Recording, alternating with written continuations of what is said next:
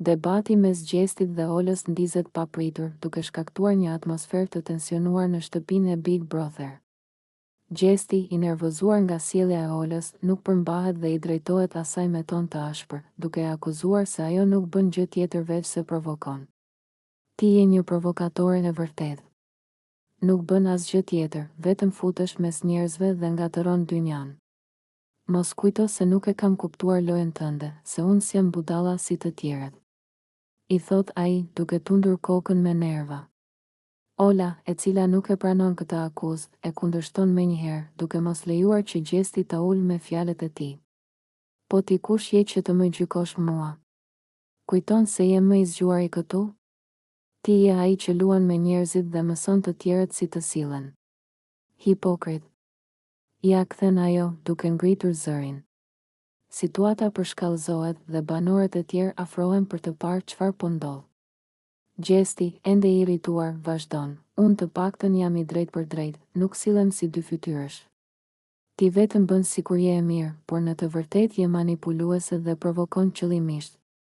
Ola, tashmë edhe më e revoltuar, shikon drejt në sy dhe e sfidon. Nëse ka dikë që manipulon këtu, ai je ti. Unë nuk kam nevojë për lojra, nuk kam nevojë të bëj sikur. Ti je ai që përdor njerëzit për interesin tënd. Debati vazhdon të bëhet edhe më i nxehtë, ndërsa të tjerët fillojnë të ndërhyjnë për të shmangur një përplasje më të madhe. Gjesti dhe Ola shikojnë njëri tjetrin me inat, duke e bërë të qartë se ky konflikt nuk do të përfundojë lehtë. Ola dhe disa prej banorëve të tjerë shpërthejnë në një debat të ashpër kundër Gjestit, duke e vënë atë në qendër të kritikave dhe akuzave.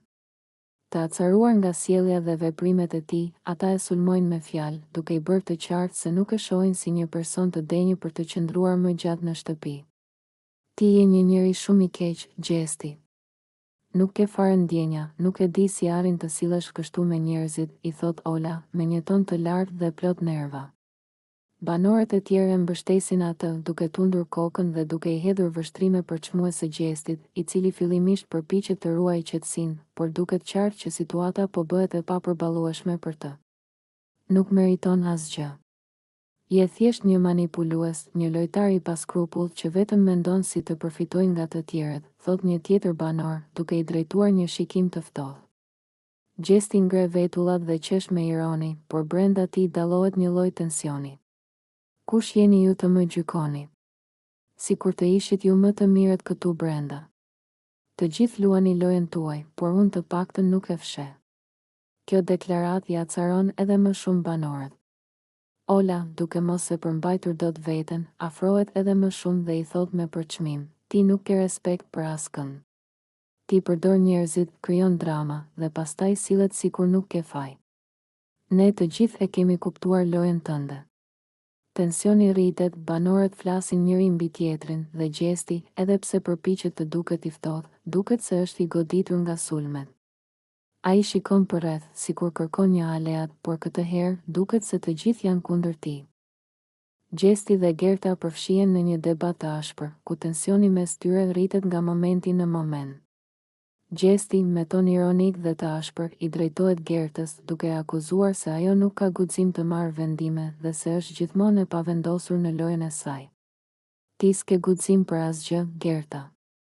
As në vendimet e tua, as në debatet e tua. Edhe atë kutinë e Pandorës që e hape me frikë, sikur dikush të detyronte. I thot ai, duke e parë drejtë në sy me një shikim sfidues. Gerta, e prekur nga fjalët e Gjestit, nuk e lë me aq dhe reagon menjëherë. Kush je ti që të më japësh leksione për guxim? Ti që vetëm fshihesh pas lojës tënde dhe manipulon njerëzit rreth teje. Unë të paktën nuk bëj lojë të pisë si ty. Ja kthen ajo, me një ton të lartë dhe të prerë. Gjesti nis të buzëqesh me ironi dhe tund kokën. Po patjetër, se ti je më e ndershmja këtu brenda, apo jo? Në fakt, ti ke frikë të përballesh me të vërtetën. Nuk guxon të marrësh asnjë vendim që mund të ekspozoj.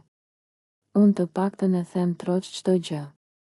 Vazhdon ai, duke u mbështetur me krah të kryqëzuar. Banorët e tjerë shikojnë debatin me interes, disa duke qeshur nën zë, të tjerë duke vëzhguar reagimet e Gertës, e cila duket gjithnjë e më e irrituar. Mos më detyro ta them çfarë mendoj vërtet për ty, Gjesti. Sepse e di shumë mirë që ti nuk je ai që përpiqesh të tregohesh. Ja kthen ajo me nervozizëm. Tensioni mes tyre vazhdon të rritet, ndërkohë që debati duket se nuk do të mbarojë me kaq. Gjesti shpërthen ndaj Olës me ofendime të rënda, duke sjellë tension në shtëpi. Në një debat të ashpër mes Gjestit dhe Olës, situata në shtëpinë e Big Brother del jashtë kontrollit. Pas disa shkëmbimeve të forta fjalësh, Gjesti humb durimin dhe e ofendon rënd Olën, duke i thënë se ajo është një vajzë e përdal, e poshtër dhe pa moral. Ai nuk ndalet me kaq, por vazhdon ta sulmojë, duke pretenduar se Jozi i ka futur duart, gjë që bën që Ola të acarohet edhe më shumë. Mos fol për mua në atë mënyrë. Ti nuk ke asnjë të drejtë të përmendësh emrin tim në atë formë. Ja kthen ajo me nervozizëm. Tensioni rritet dhe banorët e tjerë fillojnë të ndërhyjnë për t'i ndarë, teksa Ola duket jashtëzakonisht e lënduar dhe e zemëruar nga fjalët e Gjestit.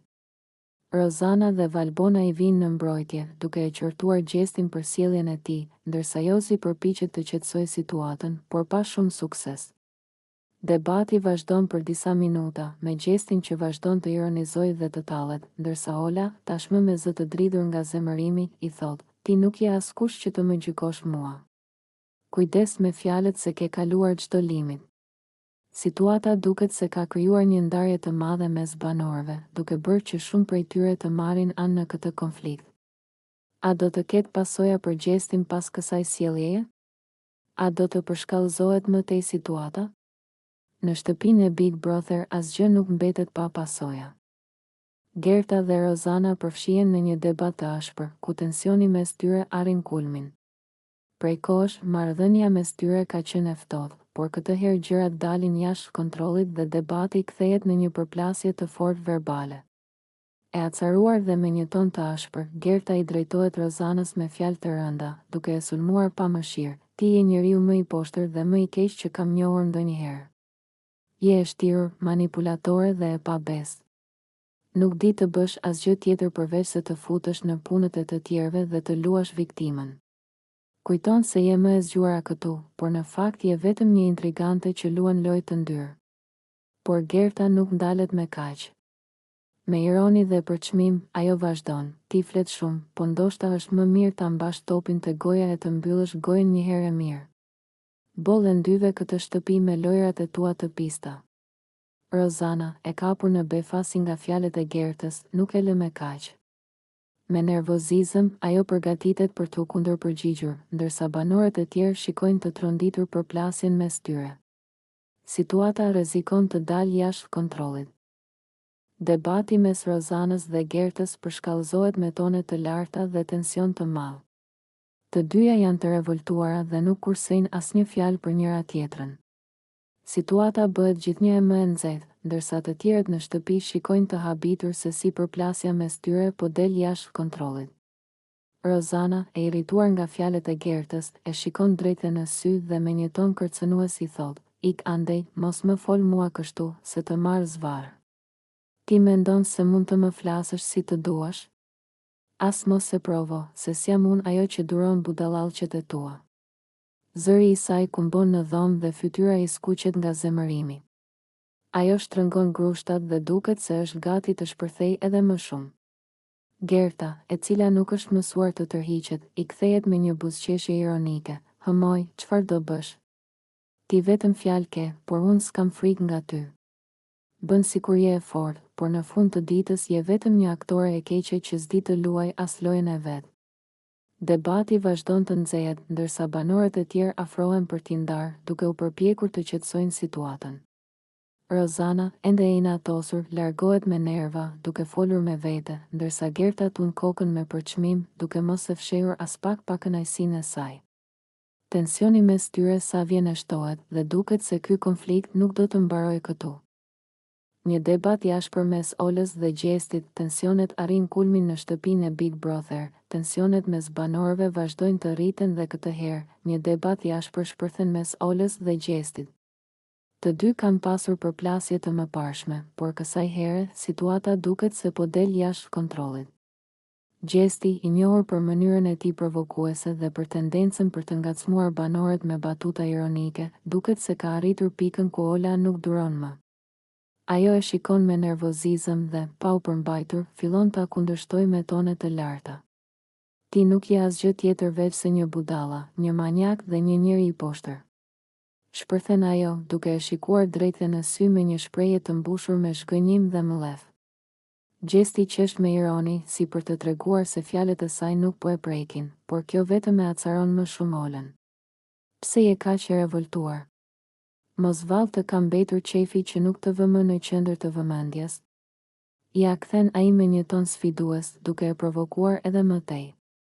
Ola tund kokën me nervozizëm dhe vijon. Jo, më ka mbetur qefi që një njeri si ti vazhdon të sillet kështu, duke i përdorur njerëzit për lojën tënde të ndyrë. Nuk ke as respekt dhe as ndërgjegje. Je thjesht një strateg që mendon vetëm për veten tënde. Banorët e tjerë fillojnë të shikojnë nga ata të dy, disa të habitur, disa duke buzëqeshur nga drama që po zhvillohet para tyre. Rozana dhe Jozi, që ndodhen pranë, fillojnë të komentojnë me zë të ulët, duke parashikuar se ky debat mund të përshkallëzohet edhe më shumë. Gjesti vazhdon të qëndrojë i qetë, por me një buzëqeshje ironike në fytyrë. Ai shikon rreth e rrotull dhe më pas i afrohet Olës, duke i thënë me një ton të ulët, por mjaft provokues, mos haro, Ola, kjo është një lojë. Dhe unë e luaj më mirë se ti, kështu që qetësohu pak, se nuk të shkon nervozizmi. Ola rrotullon syt dhe përplas duart me nervozizëm. Loj apo jo, ti je një njeri pa vlera. Dhe njerëzit jashtë po e shohin shumë mirë se kush je në të vërtetë. Me këto fjalë, ajo largohet me nervozizëm, duke lënë pas një gjesti që qesh i kënaqur, ndërsa banorët e tjerë vazhdojnë të komentojnë përplasjen e tyre të fortë. A do të ketë një përballje edhe më të ashpër mes tyre në të ardhmen? Apo ky debat ishte vetëm fillimi i një lufte të gjatë brenda shtëpisë së Big Brother? Gjesti bën një reng të papritur ndaj Jozit dhe Olës, zgjohuni se u bë vonë. Gjesti, gjithmonë në kërkim të momenteve argëtuese dhe provokuese, vendos të bëjë një reng ndaj Jozit dhe Olës, të cilët po flinin rehat në krevatin e tyre. Me një buzëqeshje dinake në fytyrë, ai afrohet ngadalë, duke mbajtur në dorë një shishe me ujë të ftohtë. Me hapa të lehtë dhe duke u siguruar që të mos zgjojë askënd para kohe, ai arrin pranë shtratit të tyre dhe, pa u menduar 2 herë, e hedh ujin mbi ta. Zgjohuni, se u bë vonë. Thërret ai me të qeshura, duke parë se si Jozi dhe Ola kërcejnë nga vendi të habitur dhe të irrituar. Ola, e lagur nga kokat e këmbët, bërtet, Gjesti, çfarë po bën? Je i çmendur apo çfarë? Ndërsa përpiqet të fshijë sytë e përgjumur dhe të kuptoj se çfarë po ndodh. Jozi, po aq i nervozuar, kthehet nga Gjesti dhe i thot me një ton të ashpër, ti s'ke punë tjetër përveç se të bësh budallallqe? Do ta shohësh tani çfarë do të bëj. Duke kërcyer nga krevati dhe duke e ndjekur Gjestin, i cili tashmë po vrapon duke qeshur nëpër shtëpi. Banorët e tjerë dëgjojnë zhurmën dhe dalin për të parë çfarë po ndodh. Disa prej tyre fillojnë të qeshin me situatën, ndërsa të tjerë e kritikojnë Gjestin për rrengun e tij të tepruar. A do të mbetet kjo një shaka e zakonshme apo Jozi dhe Ola do të hakmeren ndaj Gjestit për këtë rreng të papritur? Gjesti dhe Danja ndajnë të njëjtin krevat, një natë mes shakave dhe të qeshurave pas një dite të gjatë plot debate, lojra dhe situata të tensionuara në shtëpinë e Big Brother. Gjesti dhe Danja vendosin të ndajnë të njëjtin krevat për t'u çlodhur. Teksa shtrihen pranë njëri tjetrit, Danja duket paksa në siklet, duke qeshur me nervozizëm dhe duke lëvizur her pas here, ndërsa Gjesti, me stilin e tij të zakonshëm të qeshurave dhe shakave, e vëren menjëherë. Mos u shqetëso fare, pa merak. Unë jam djalë serioz, nuk bëj asgjë. I thot ai me një buzëqeshje të madhe në fytyrë, duke tentuar ta qetësojë Danjën, por njëkohësisht edhe duke e ngacmuar me batutat e tij. Danja fillon të qesh me zë, duke e shtyr lehtë Gjestin me dorë dhe duke i thënë, "Hëmo, lëri këto, se ty nuk të besohet asgjë. E di që je gjithmonë me hile." Po të isha me hile, do të më kishe kuptuar me kohë, i përgjigjet Gjesti me ironi, duke e parë me një vështrim të thellë, ndërsa e gjithë situata shoqërohet me të qeshura dhe lojra fjalësh mes tyre. Teksa vazhdojnë bisedën e natës, ata shkëmbejnë mendime mbi lojën, mbi marrëdhëniet e tyre me banorët e tjerë dhe mbi gjithçka që ka ndodhur deri më tani në shtëpi. Danja e pyet Gjestin nëse ai është duke luajtur një lojë me ta apo nëse po bëhet serioz. Gjesti, me stilin e tij të zakonshëm, shmang një përgjigje të drejtpërdrejtë dhe thjesht i buzëqesh, duke lënë gjithçka të hapur për interpretime. E po, le të shohim se çfarë do të ndodh, thot ai, duke e mbyllur bisedën dhe duke u kthyer në anën tjetër për të fjetur, ndërsa Danja mbetet duke qeshur, por edhe duke menduar nëse duhet t'i besoj apo jo fjalëve të tij. A është ky një moment i pafajshëm mes tyre, apo Gjesti po përpiqet të krijojë një tjetër dinamik në lojë? Ola tallet me Gjestin dhe i hedh ironi, tension apo lojë mes tyre. Në një moment të qetë mes banorëve, Ola dhe Gjesti përfshihen në një bisedë që shpejt kthehet në një shkëmbim ironish dhe ngacmimesh. Ola, e njohur për humorin dhe mënyrën e saj të drejtpërdrejtë të folurit, e shikon Gjestin me një buzëqeshje ironike dhe papritur i thot, po rritu edhe pak, se për mua je ende shumë i vogël. Nuk të marr seriozisht, shko merru me Eglin se me mua nuk ke shanse. Banorët përreth qeshin dhe disa fillojnë ta ngacmojnë Gjestin, duke e shtyrë të reagojë.